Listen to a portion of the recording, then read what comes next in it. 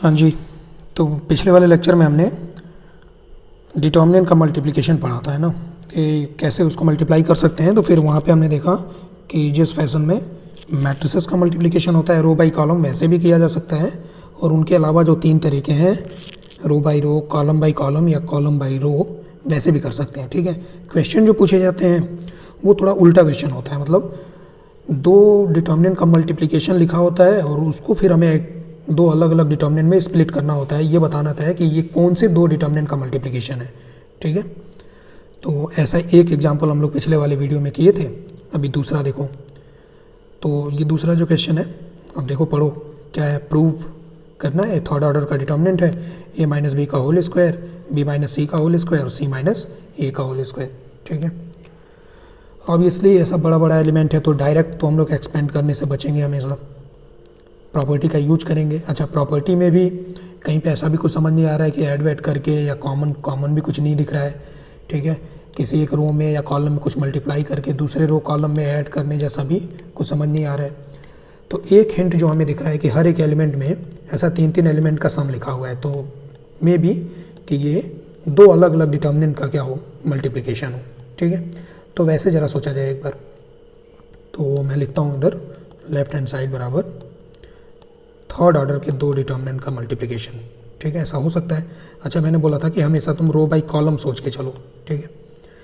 तो अब पहला रो और पहला कॉलम का एलिमेंट, सिर्फ फर्स्ट एलिमेंट को देख के इसके बारे में सोचो। ठीक है।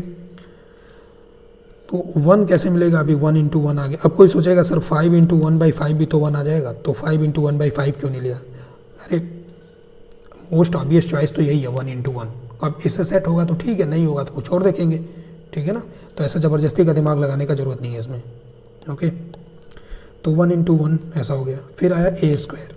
अब ए स्क्वायर तो कैसे हो जाएगा, 1 और ए स्क्वायर भी बन जाएगा, या फिर ए और ए लेके चलें तो ऐसे भी ए स्क्वायर बन जाएगा। तो मोस्ट ऑब्वियस चॉइस जो है वो ए इंटू ए है। चलो ऐसे लेके देखते हैं। ठीक है। अभी ये कोई जरूरी नहीं है कि पहली बार में ये सेट हो जाए। ठीक है ना। अब कोई 1 और ए स्क्वायर लेके चलेगा तो नहीं होगा, तो फिर उसको दूसरा सोचना पड़ेगा। ठीक है। और क्या चाहिए, ए पावर 4 चाहिए थर्ड में, तो मैं ए स्क्वायर और ए स्क्वायर लिख लेता हूँ। ठीक है। पहला एलिमेंट सेट हो गया मेरा। रो बाई कॉलम मल्टीप्लाई करना है, तो अब मुझे दूसरे कॉलम के बारे में सोचना है और ये वाले एलिमेंट को ध्यान में रखना है। 1 चाहिए तो 1 इंटू 1, और ए भी चाहिए। ए यहाँ लिखा हुआ है तो यहाँ पे बी रखना पड़ेगा, ए भी मिल गया। ए स्क्वायर बी स्क्वायर चाहिए तो यहाँ ए स्क्वायर था, यहाँ बी स्क्वायर लिख दिया मैंने। ठीक है। ऐसे ही अब तुम इसको ध्यान में रखो तो तुम्हें समझ आ जाएगा 1 सी और सी स्क्वायर रखना पड़ेगा। तो ऐसा करने से ये दूसरा डिटर्मिनेंट तो कंप्लीट हो गया, पहले वाले को कंप्लीट करना बाकी है अभी। अब दूसरा रो सेलेक्ट करो, पहला कॉलम तो यहाँ लिखा हुआ है और कौन सा एलिमेंट देखना है, इसको 1, और क्या चाहिए, ए बी, तो अब यहाँ बी रखना पड़ेगा, और ए स्क्वायर बी स्क्वायर के लिए यहाँ बी स्क्वायर। ऐसे ही सोचो तो यहाँ पे 1 सी और सी स्क्वायर आ जाएगा। ठीक है। ऐसे ही सोचना पड़ेगा। अब अगर हम ध्यान से देखें तो ये दोनों डिटर्मिनेंट सेम ही लिखे हैं, बस अंतर यही है कि ये एक दूसरे के क्या है, ट्रांसपोज है। तो ट्रांसपोज है तो कोई दिक्कत नहीं, तो बराबर ही रहता है। तो 1 ए स्क्वायर, 1 बी स्क्वायर, 1 सी स्क्वायर, इसी का होल स्क्वायर लिख देता हूँ मैं। और ये स्पेशल टाइप का डिटर्मिनेंट है, इसका वैल्यू तुम्हें याद होना चाहिए, ए माइनस बी माइनस सी और सी माइनस ए, और इसी का क्या हो गया, होल स्क्वायर। और यही हमारा राइट हैंड साइड हो गया। सही है। थर्ड क्वेश्चन पे आ जाओ। थर्ड क्वेश्चन में मुझे प्रूफ करना है कि ये एक बड़ा सा डिटर्मिनेंट है थर्ड ऑर्डर का, इसका वैल्यू जो है वो हमेशा क्या रहना चाहिए, नॉन नेगेटिव। अभी नॉन नेगेटिव का मतलब होता है या तो 0 या पॉजिटिव। ओके। हिंट अगेन वही 3 एलिमेंट का सम दिखा, तो एक बार जरूर हम लोग 2 अलग अलग डिटर्मिनेंट के मल्टीप्लिकेशन के बारे में सोचेंगे। ठीक है। रो बाई कॉलम ही सोचेंगे। रो बाई कॉलम मतलब पहला रो और पहले कॉलम के बारे में पहले सोचो, इस वाले एलिमेंट को ध्यान में रखते हुए। ए square B square C square. Okay. अब ए स्क्वायर में तो मेरे पास मोस्ट ऑब्वियस चॉइस ये है कि ए और ए रख दें, ए स्क्वायर बन जाएगा। ठीक है। बी स्क्वायर में बी और बी रख दें, सी स्क्वायर में सी और सी रख दें, बन गया। देखो A square plus B square plus C square. अब देखो दूसरा एलिमेंट और दूसरे कॉलम, पहला रो तो यहाँ लिखा ही है। ठीक है। देखो भैया, अब ए 2 जगह पे है यहाँ पे, ए के साथ सी भी है, ए के साथ बी भी है, तो ये ए का मल्टीप्लाई किसके साथ, अब ए तो नहीं लिखूंगा मैं, ए के अलावा बी या सी लिखना चाहिए। तो अगर मैं सर्कुलेंट के हिसाब से सोचूंगा, स्पेशल टाइप के डिटर्मिनेंट में ए बी सी ए और सी ए बी ये बताया गया था। ए से स्टार्ट हुआ, फिर बी से, फिर सी से, है ना। तो अब ये सर्कुलेंट मेरे दिमाग में कहाँ से आया, क्योंकि ये जो सर्कुलेंट होता था, ये सर्कुलेंट का जो आंसर आता था वो भी नॉन नेगेटिव ऐसा कुछ करके आता था, ठीक है ना। नॉन नेगेटिव नहीं, सॉरी, वो ऑलवेज पॉजिटिव आता था। तो मे बी वहाँ से अगर सोचें तो, अगर मैं सोचूँ ए से पहले स्टार्ट हुआ, बी से कर लेते चलो, तो ए बी मिल गया, फिर बी सी मिल गया, और यहाँ रख दिया मैंने ए, तो C A B plus B C plus C A, देखो ये वही लिखा है, A B plus B C plus C A. अब थर्ड कॉलम के बारे में सोचो, इस तीसरे एलिमेंट को ध्यान में रखते हुए, तो सी ए बी लिख दो यहाँ पे, देखो कैसे सेट हो रहा है। पहला देखो ए सी आ गया, बी इंटू ए बी हो गया, और सी इंटू बी ये भी हो गया, तो सेट हो गया। दूसरा डिटर्मिनेंट कंप्लीट हो गया। अब पहले के बारे में सोच लेते हैं, तो अब सेकंड रो के बारे में सोचें। ये वाला एलिमेंट अब ध्यान रखेंगे, सेकंड रो का पहला एलिमेंट, ठीक है। अब ए बी सी हो गया इधर, तो अब थोड़ा ऐसे दिमाग लगाओ, सिमेट्री वगैरह सोचो, तो यहाँ भी, यहाँ सर्कुलेंट बना, मे बी यहाँ भी सर्कुलेंट बन जाए। तो अगर बी सी ए रख के देख लेते हैं एक बार क्या सेट हो रहा है, B A plus C B plus C A, सही है। दूसरा एलिमेंट देखें, B square plus C square plus A square, वो भी ठीक है। और थर्ड देखें, B C plus C A plus A B, वो भी ठीक है। तो अब समझ आ गया होगा, बी, इसका मतलब कि पहला डिटर्मिनेंट जो है वो भी एक सर्कुलेंट है, तो यहाँ पे हो गया सी ए बी, ठीक है। ऐसा करने से ये दो अलग अलग डिटर्मिनेंट में हमने इसको ब्रेक कर लिया, ठीक है भाई। अब यार ये तो सर्कुलेंट है, ये जो पहला लिखा है उसी का ए बी सी, मतलब दोनों सेम ही है, तो उसका ए स्क्वायर हो गया, ए बी सी ए और सी ए बी का क्या हो गया स्क्वायर, मतलब 3abc minus A cube minus B cube minus C cube का क्या हो गया होल स्क्वायर। किसी भी चीज़ का होल स्क्वायर है तो ऑब्वियसली वो नॉन नेगेटिव तो होगा ही होगा, नेगेटिव कभी थोड़ी हो सकता है, मिनिमम वो जीरो हो सकता है, सही है। आ जाओ देखते हैं भाई फोर्थ एग्जाम्पल क्या है, फोर्थ क्वेश्चन में लिखा है कि अल्फ़ा बीटा जो है इस क्वाड्रेटिक इक्वेशन के रूट्स हैं, सही बात है भाई। आगे एस एन करके एक वैल्यू, एक एक्सप्रेशन लिखा है, एस एन का मतलब alpha to the power N plus beta to the power N, ठीक है। एन का वैल्यू एक या एक से ज़्यादा के लिए, मतलब अगर मुझे कहीं पे S1 कैलकुलेट करना होगा तो एन का वैल्यू 1 डाल देंगे, S2 कैलकुलेट करना होगा तो एन का वैल्यू 2 डाल देंगे, S3 चाहिए होगा तो 3 पुट कर लेंगे, और S4 चाहिए होगा तो एन का वैल्यू जो है वो 4 पुट कर लेंगे, ठीक है। हमें ये थर्ड ऑर्डर का एक डिटर्मिनेंट लिखा है, इसका वैल्यू पूछा गया है, ये बताना है, ठीक है। अब इसमें अगर तुम देखो ध्यान से तो S1 S2 S3 S4 ये सब लिखे हैं, तो वो ऑलरेडी मैंने यहाँ पे लिख लिया, ठीक है। अब चलो मैं इस सब का वैल्यू डाल देता हूँ यहाँ पे, मुझे इसका वैल्यू फाइंड करना है, ये प्रूफ वाला सवाल नहीं है, फाइंड करना है। अच्छा, जब फाइंड करना है तो ऑब्वियसली क्वेश्चन में जो गिवन चीज़ है उनके वैल्यू, उनके टर्म में आंसर आना चाहिए, मतलब कहीं ना कहीं ए बी सी के टर्म में जो हमारा आंसर है वो लिखना है, ठीक है। अभी 3 है, उसको मैंने लिख दिया 1 + 1 + 1, ऐसा क्यों किया वो समझ आ जाएगा। S1 की जगह पे अल्फ़ा प्लस बीटा, S2 की जगह पे alpha square plus beta square, ठीक है। S3 की जगह पे alpha cube plus beta cube, और S4 की जगह पे alpha power 4 plus beta power 4। अब ये 3 को 1 + 1 + 1 इसलिए लिखा ताकि तुम्हें ये नज़र आ जाए तुरंत कि 3 एलिमेंट का सम जब लिख दिया डिटर्मिनेंट में तो मे बी कि यहाँ पर क्या हो सकता है, डिटर्मिनेंट का मल्टीप्लिकेशन हो सकता है, ठीक है भाई। अब आ जाओ डिटर्मिनेंट का मल्टीप्लिकेशन के बारे में सोचें, ये डिटर्मिनेंट कैसे मिलेगा मुझे, तो लिख लेते हैं भाई। दो अलग अलग डिटर्मिनेंट का मल्टीप्लिकेशन यहाँ पे लिखा हुआ है, रो बाई कॉलम हम लोग सोच के चलेंगे, रो बाई कॉलम, ठीक है ना। तो अभी पहले एलिमेंट के बारे में सोचें तो मोस्ट ऑब्वियस चॉइस तो यही है कि 1 1 1 रख दो, 1 + 1 + 1 आ जाएगा।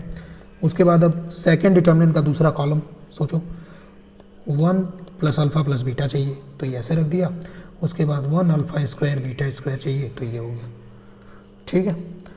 अब सेकेंड रो फर्स्ट कॉलम का एलिमेंट को ध्यान में रखें तो वहाँ से मुझे ये समझ आ जाएगा 1 अल्फ़ा और बीटा, कैसे समझ आया, इसको और इसको मल्टीप्लाई करके 1 + अल्फ़ा प्लस बीटा आना चाहिए था, ठीक है, बाकी देखो और कुछ सेट हो रहा है, सेकंड रो का सेकंड एलिमेंट क्या ये सेट हो रहा है, हाँ बिल्कुल, और ये भी ठीक है।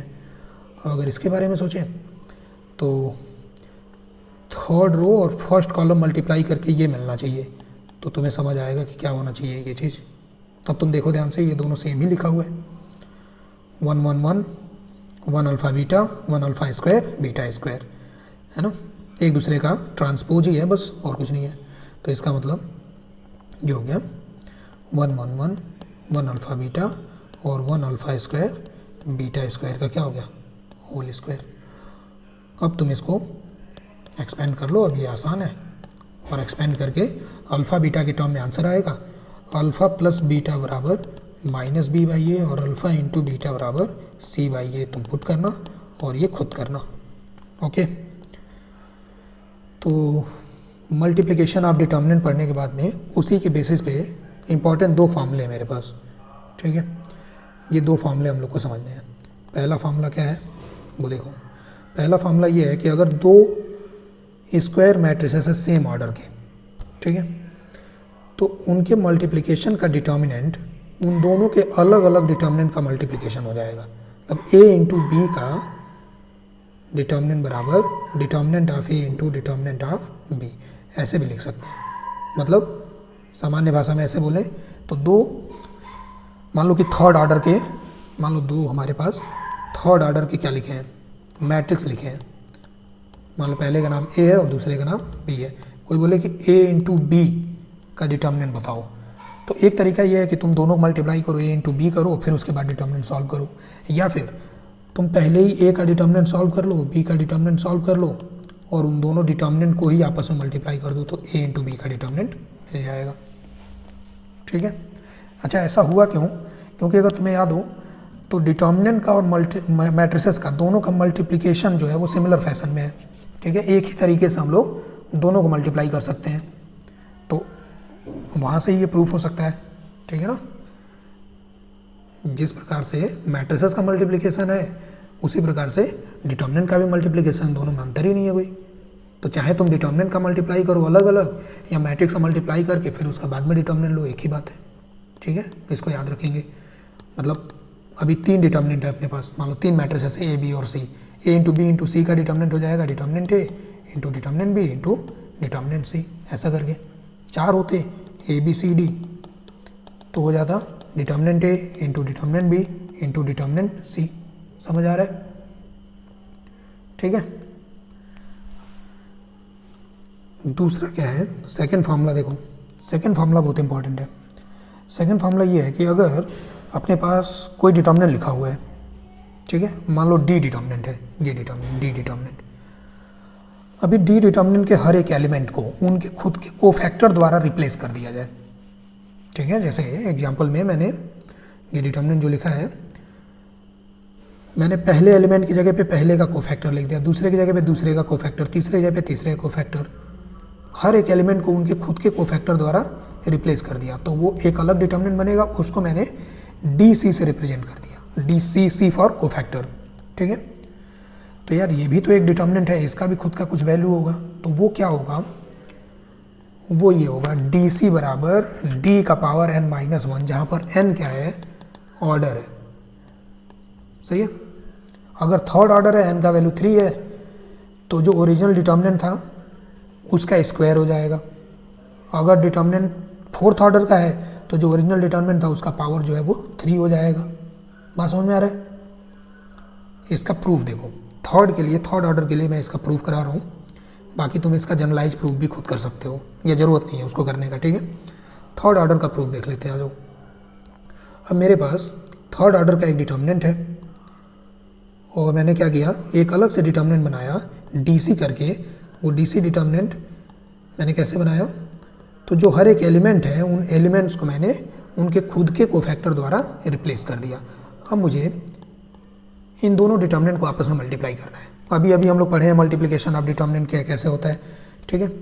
रो बाई रो मल्टीप्लाई मैं कर रहा हूँ, रो बाई रो, ठीक है। चलो भैया रो बाई रो मल्टीप्लाई कर लेते हैं। अब पहला रो दोनों का कंसीडर करो, मल्टीप्लाई करो। तो तुम्हें एक बात याद आनी चाहिए कि जब कोई भी एलिमेंट के रो को उनके खुद के कोफैक्टर द्वारा मल्टीप्लाई करके जोड़ते हैं तो जो आंसर होता है वो डिटर्मिनेंट के बराबर ही आता है। तो आंसर कितना आएगा, डी आएगा।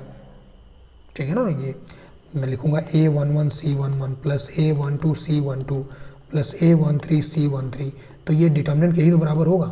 अब इसमें अगर किसी बच्चे को डाउट है तो इसका मतलब कि उसने पहले के लेक्चर्स नहीं देखे हैं, तो वो देखो पहले। ठीक है, चलो भैया, तो यहाँ पे मैंने लिख दिया डिटर्मिनेंट डी।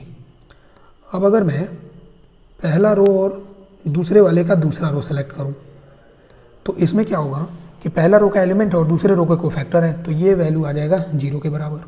और ऐसे ही तीसरे रो के साथ मल्टीप्लाई करें तो वो भी 0 हो जाएगा। अब अगर हम ले सेकेंड रो और फर्स्ट रो, तो ये भी आंसर कितना आएगा, 0। और फिर सेकेंड रो के बाद सेकेंड रो और सेकेंड रो लें तो ये डिटर्मिनेंट के बराबर आ जाएगा और ये 0 हो जाएगा। बाकी तुम समझ सकते हो। ठीक है, तो ये डिटर्मिनेंट बन गया। बहुत सारे जीरो हैं तो बहुत आसान है, इसको एक्सपेंड कर देना, D into D square minus 0, बाकी minus 0 into something plus 0 into something, जरूरत नहीं है। तो ये डी क्यूब हो गया।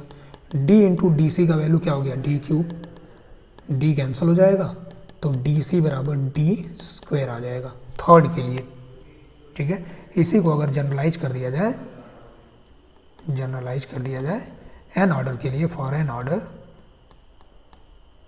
ठीक है, 3 ऑर्डर था तो यहाँ पे क्या आ रहा था, 3, एन होता तो यहाँ पे एन आता, और फिर एक माइनस करते, जब एक कैंसिल होता डी तो एन माइनस 1 हो जाता।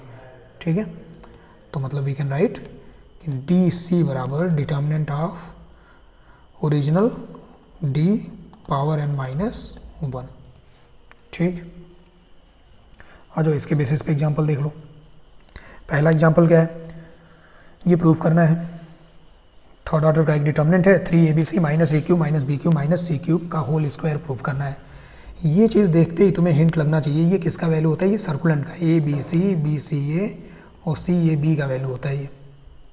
ठीक है भैया, तो ये मुझे हिंट लगा। मैंने बताया था पहले ही कि प्रूफ वाले सवाल में पहले तुम राइट हैंड साइड देखो, राइट हैंड साइड देख के एक हिंट मिलेगा तुम्हें। ठीक है, अब देखो यहाँ जो लेफ्ट हैंड साइड में जो डिटर्मिनेंट लिखा हुआ है, इसका पहले एलिमेंट की अगर बात करें, ठीक है, और ये सर्कुलेंट की बात करें, तो सर्कुलेंट का जो फर्स्ट एलिमेंट है ए, अगर मैं बोलूँ कि इस ए का कोफैक्टर बताओ तो तुम बोलोगे B C minus A square, और वही कोफैक्टर यहाँ पे लिखा हुआ है। अब मैं तुमसे अगर पूछूँ कि ये जो एलिमेंट है बी, इस बी का कोफैक्टर बताओ, तो तुम क्या करोगे, बी जिस रो और जिस कॉलम में उसको एलिमिनेट करोगे, और जो पहले माइनर कैलकुलेट करोगे उसमें प्लस माइनस सेट करके कोफैक्टर देखोगे। तो इसका माइनर आएगा बी स्क्वायर माइनस ए सी, लेकिन ये कौन सा एलिमेंट है, ये फर्स्ट रो सेकंड कॉलम का एलिमेंट है, तो इसमें नेगेटिव हो जाएगा कोफैक्टर, मतलब ए सी माइनस बी स्क्वायर, वो देखो यहाँ लिखा हुआ है। तो क्या समझ आ रहा है कि ये जो लेफ्ट हैंड साइड वाला डिटर्मिनेंट है, ये वाला, ये डिटर्मिनेंट है इस सर्कुलेंट का कोफैक्टर डिटर्मिनेंट, मतलब सर्कुलेंट वाले डिटर्मिनेंट के एलिमेंट को उनके खुद के कोफैक्टर द्वारा रिप्लेस कर दें तो ये लेफ्ट हैंड साइड वाला डिटर्मिनेंट बन जाएगा। तो अभी अभी जो फॉर्मूला मैंने पढ़ाया ये, उसके हिसाब से ये लेफ्ट हैंड साइड वाला जो डिटर्मिनेंट है, मैं एक बार स्टेटमेंट लिख देता हूँ, this is the cofactor determinant. Cofactor determinant का मतलब determinant formed by the cofactor of element, cofactor determinant of circulant A B C A and C A B. तो फॉर्मूले के साथ, अच्छा इसका ऑर्डर कितना है, 3 ऑर्डर। ठीक है, तो इसका आंसर जो है ये ए बी सी ए बी का ही पावर 3 माइनस 1 यानी कि क्या हो जाएगा, 2। ठीक है, और सर्कुलेंट का वैल्यू तो सबको याद है, 3abc minus A cube minus B cube minus C cube का होल स्क्वायर हो गया। राइट हैंड साइड जो है वो प्रूफ हो गया। सही है, एक और एग्जांपल देखो, ये देखो थर्ड एग्जाम्पल क्या लिखा है, 3 times A into B C. अब ये बी सी का मतलब क्या है, B C is the cofactor matrix of matrix B. मान लो ये सवाल में दिया हुआ है। ठीक है, ए 3 ऑर्डर का मैट्रिक्स है, इसका डिटर्मिनेंट 5 है, बी वो भी 3 ऑर्डर का मैट्रिक्स है, उसका डिटर्मिनेंट 2 है। हमसे पूछा कि 3 इंटू ए इंटू जो मैट्रिक्स बनेगा बी के कोफैक्टर द्वारा, इस मैट्रिक्स का डिटर्मिनेंट क्या होगा। ठीक है। तो अब ये सबसे पहले देखो, अभी बी थर्ड ऑर्डर का मैट्रिक्स है, अगर हम उस सारे एलिमेंट को उनके कोफैक्टर द्वारा रिप्लेस करें तब भी वो थर्ड ऑर्डर का एक मैट्रिक्स होगा। अब 3x3 का ए डिटर्मिनेंट, 3x3 का बी डिटर्मिनेंट, इनको मल्टीप्लाई करेंगे तो भी आंसर 3x3 का ही आएगा। तो ये जो ए इंटू बी है ये थर्ड ऑर्डर का या थर्ड ऑर्डर का एक स्क्वायर मैट्रिक्स है। इंटू यहाँ पे 3 किया गया स्केलर है।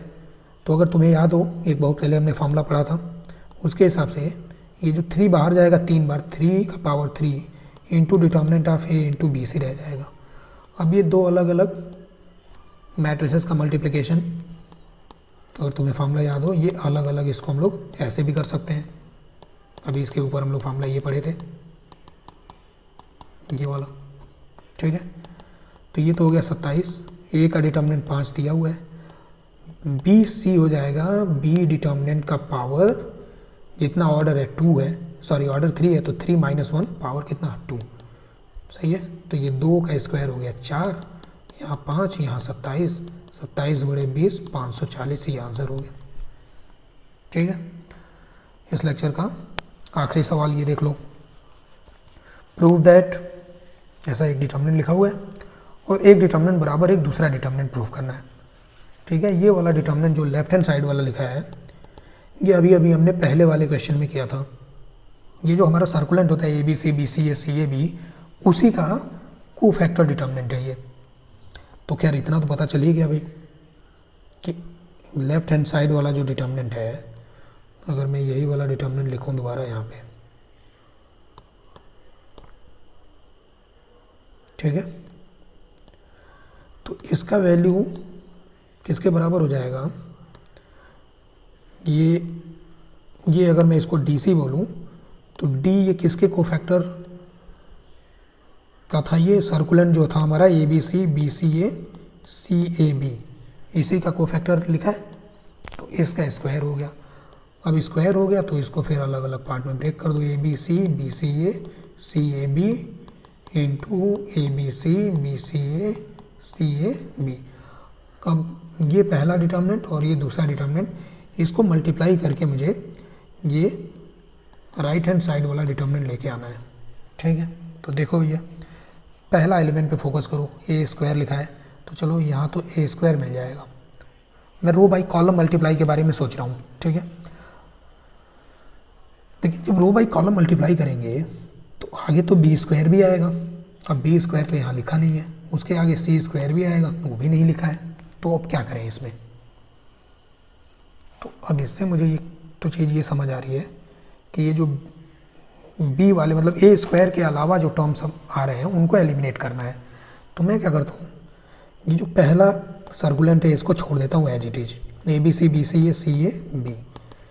उसके बाद जो सेकंड है, सेकंड वाला डिटर्मिनेंट ये वाला, इसमें मैं R2 और R3 सेकंड और थर्ड रो को इंटरचेंज कर लेता हूँ, बी सी ए ऐसा कर लिया।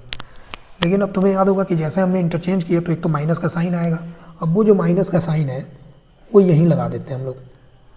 माइनस का साइन वैसे तो मुझे इधर बाहर लिखना चाहिए, लेकिन ये माइनस स्केलर है, वो तो कहीं भी मल्टीप्लाई हो सकता है ना, तो उसको मैंने थर्ड रो में मल्टीप्लाई कर दिया, ठीक है। तुम बोलोगे सर सेकंड में क्यों नहीं किया, तुम्हारी मर्जी यार, सेकंड में कर लो, कोई दिक्कत नहीं है, लेकिन या तो सेकंड में या थर्ड में।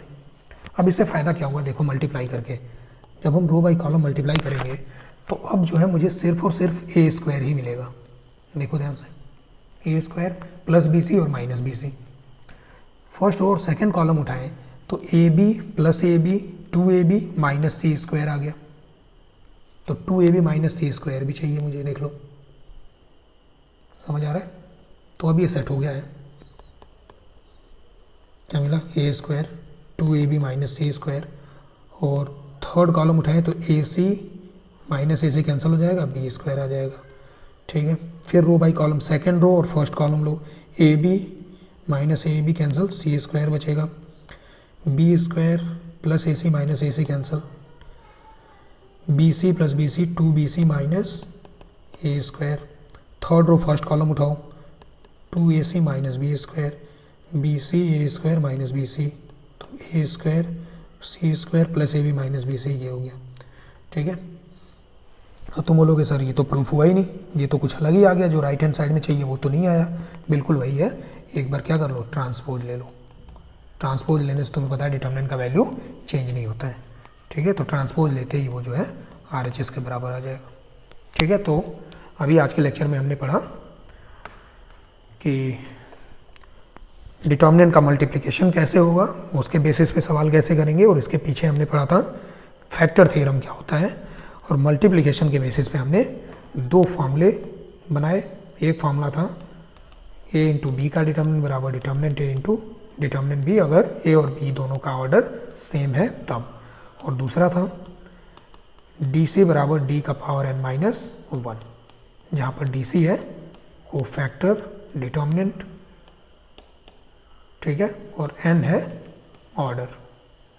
तो आई होप आपको समझ आया होगा, ठीक है। नोट्स बनाइए अच्छे से, और जो भी होमवर्क दिए जा रहे हैं वो पूरा करिए, ठीक है।